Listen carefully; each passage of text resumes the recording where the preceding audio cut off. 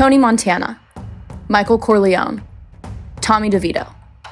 These men in these films depict a kind of crime that is captivating, entertaining, and suspenseful. These characters are people that audiences fall in love with.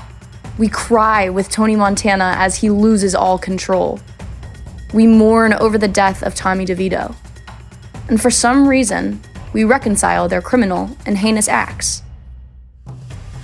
Why? By humanizing the people who find themselves in these circumstances, it is much easier for outsiders to understand their actions. We learn about the context behind actions, the people behind the crimes, and the motivation for reasons of violence, drugs, and theft. We extend this grace for characters in our favorite movies and books, plays, and TV shows, yet we fail to carry that for our brothers and sisters in our own community.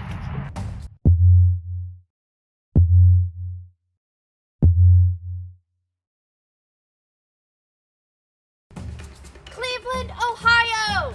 The birthplace of some of today's major superstars. What about the superstars that tend to go under our radar?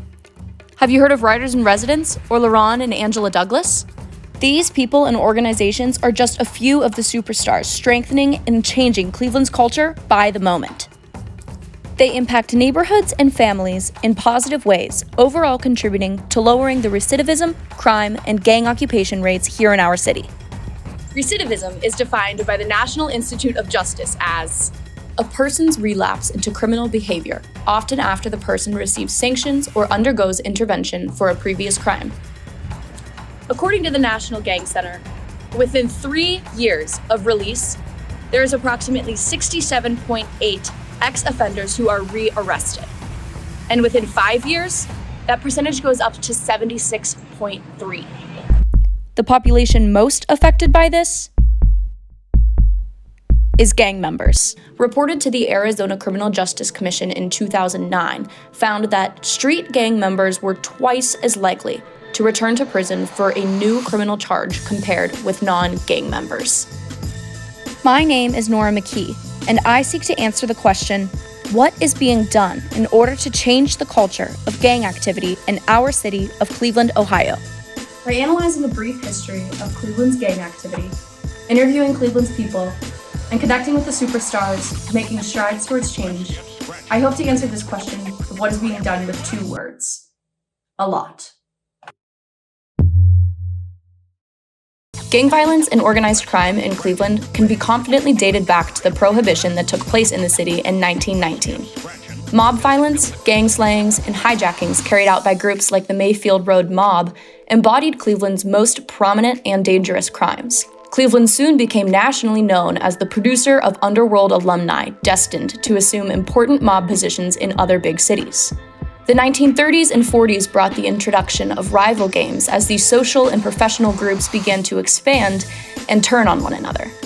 With messy family ties and gang wars riddling the organized crime and gang violence realities of Cleveland from the 70s to the 90s, we are now brought to a more contemporary, yet to be over-glamorized by Hollywood, look at gang violence. Today, gangs in Cleveland have divided themselves with strict territories in order to threaten rival gangs' prominence in the city. These sections are widely known as down the way, up the way, the west side, out the way, also on the city's west side, and into the suburbs known as the Heights. The gangs within these areas tend to rival against one another in search of larger territories, and with the number of different gangs that inhabit the down the way region, it's no surprise that it is the most active section to date. Crime and violence is a reality for Cleveland residents, causing some of them to think more cautiously about where they park their car or what times they allow their children to play outside. Let's hear from a few Cleveland natives about their takes and experiences on living in a city with such deep criminal history. Hi, I'm Megan Lane, and I'm from Cleveland, Ohio, more specifically West Park. Yeah, I am pretty familiar with the crime in Cleveland. My dad is a Cleveland police officer, has been since he's 21 and he's now 50. My grandpa also was a Cleveland police officer. Yeah, so it's affected me, I think, more than you would think. Like I said, my dad's a Cleveland police officer, so he's told us some pretty gruesome stories. There was one day he had to deal with 9 overdoses in one day. And he's also told us stories about a 17-year-old kid on his way home from practice who got shot in the face, which was gang affiliated, and just, breaks my heart. That could be any of us. Just knowing that there's crime and gang violence in Cleveland, it's definitely impacted my childhood. The city of Cleveland was recently awarded $1.7 million from Ohio Governor Mike DeWine in order to support crime crackdown, specifically the targeting of youth who are involved in gang activity. The government's response to the violent realities of certain Cleveland neighborhoods is definitely promising to some, but others recognize that there are many other components that go into reshaping the culture embedded into our city. Hi, I'm Morgan Kirkpatrick. I'm a senior here at John Carroll University. I've been a part of Writers in Residence for the past 4 years, and I will be interning for them next semester. Writers in Residence goes to different juvenile detention centers, and we facilitate creative writing workshops with the inmates. Oftentimes when we get there, the students are pretty quiet, but as we start to build a relationship, they open up about past experiences, what kind of hopes they have for the future, and where they want to see their lives going next. Usually we start our workshops off by asking the residents how they're feeling. We usually go around the room, scale of 1 to 10, what our energy is.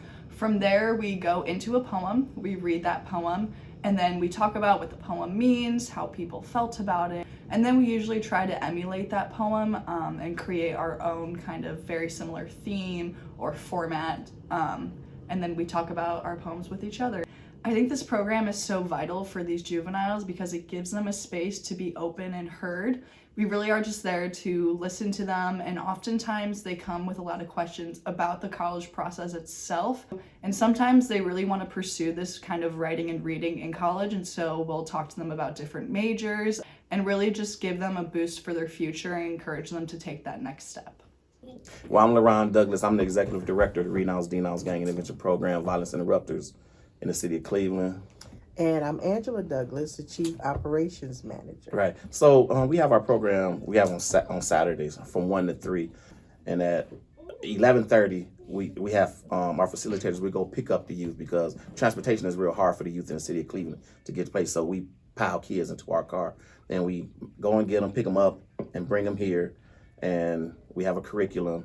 You know, we teach them conflict resolution, how to make good choices, decisions in your lives. We just educate these youth because no one's out there educating our youth about what they're doing out in these streets, and they want to just have a lock me up mentality. But after we educate them on a session, when they're done, we come in here and eat. That's what separates us from any other program in our space, is that we have all these gang members from different gangs, and they be at this table right here, eating together, talking together, you know, so there's no fighting. They're not my opposition or anything like that. They're all family. And once they're done eating, we pile them in our cars and we take them right back home safely. I grew up in an abusive household. So, and I didn't grow up with my father. So my mother was very abusive. My brother was very abusive. So my father lived in Chicago. So they sent me to Chicago to stay with my dad because I didn't have a male figure and things like that. I got into a gang when I was in Chicago. And then after I came back to East Cleveland and the gangs was all here. So I had got shot by a rival gang member and I knew who shot me. So I committed a senseless homicide and I went to jail for life. They gave me life in prison, 15 years for murder, 3 years for the gun spec. So while I was incarcerated, I changed my life. I gave my life over to God, and God told me that he allowed me to go through the things in my life so that I could help other people. So I came up with a curriculum and I did this program inside the prison, and I was helping get gang members in the prison out of gangs and things like that, not knowing if I was ever coming home.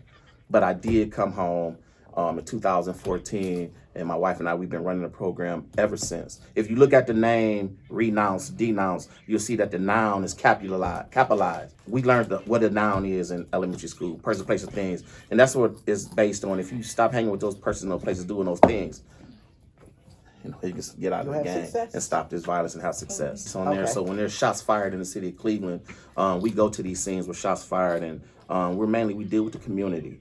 You know, so we'll provide, we de-escalation, and we'll talk to the community and things like that, give them resources. Also use that as signing the youth up for our program. But we also do that so that law enforcement can just worry about the scene right there, and we have the community right here. As of August of this year, 2022, the Cleveland Police put out a report that there was a decrease in violent crimes in the city of Cleveland. And because we've graduated over 700 youth, that doesn't count the thousands that we've reached through seminars, through being at the schools, and through the rec centers. I will say I'm going to contribute that to the work that Renounce Denounce Gang Intervention has done. After seeing just a few of the steps that our community has taken in aiding our youth, it is clear that Cleveland's people care. By reducing the stigma around those involved in gangs and facilitating conversations, I'd say that Cleveland is clearly working together towards a future that has dismantled division.